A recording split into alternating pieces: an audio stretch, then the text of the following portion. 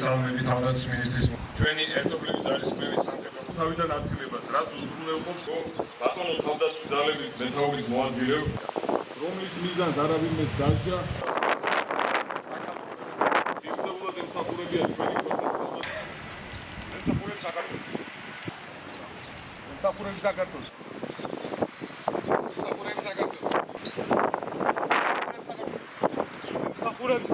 გავაგრძელებთ სამხედრო პოლიციის განვითარების ხელშეწყობას, სამხედრო პოლიციელებისათვის ღირსეული პირობების შექმნას, ინფრასტრუქტურულ და ლოჯისტიკურ განვითარებას. სამხედრო პოლიციის დეპარტამენტი კვლავაც აგრძელებს რეფორმებს მართვის ხარისხის გასაუმჯობესებლად მნიშვნელოვანი იყო აღმოსავლეთ და დასავლეთ ბატალიონების ჩამოყალიბება.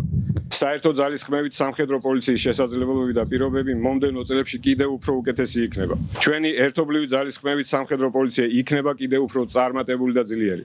კიდევ ერთხელ გილოცავთ პროფესიულ დღეს და გისურვებთ წარმატებას. დღეს ჩვენი დეპარტამენტისთვის განსაკუთრებული დღეა. საქართველოს თავდაცვის ძალების სამხედრო პოლიცია დაარსებიდან 21 წელს აღნიშნავს.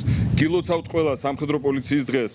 2-10 წლზე მეტია სამხედრო პოლიციის დეპარტამენტი დგას ქვეყნის თავდაცვის უნარიანობისა და მართლწესრიგის სადარაჯოზე და რითაც საქართველოს თავდაცვის სამინისტროს სისტემაში ღირსეული ადგილი დაიმკვიდრა და დღემდე წარმატებით აგრძელებს მასზე დაკისრებული ფუნქციებისა და ამოცანების შესრულებას. სამხედრო პოლიციის დეპარტამენტი თავდაცვის ძალებისთვის არის ის საიმედო დანაყოფი, რომელიც ჩვენი ჯარის თავდაცვის უნარიანობის გაძლიერებასა და მის განვითარებაზე არის ორიენტირებული. განხორციელდა სტრუქტურული და საკადრო რეორგანიზაცია, გატარდა რეფორმები, განახლდა მატერიალურ-ტექნიკური ბაზა, რომლებიც უფრო მოქნილსა და ეფექტურს ხდის დეპარტამენტს. გაუმჯობესდა მოსამსახურეთა სოციალური და სამუშაო პირობები.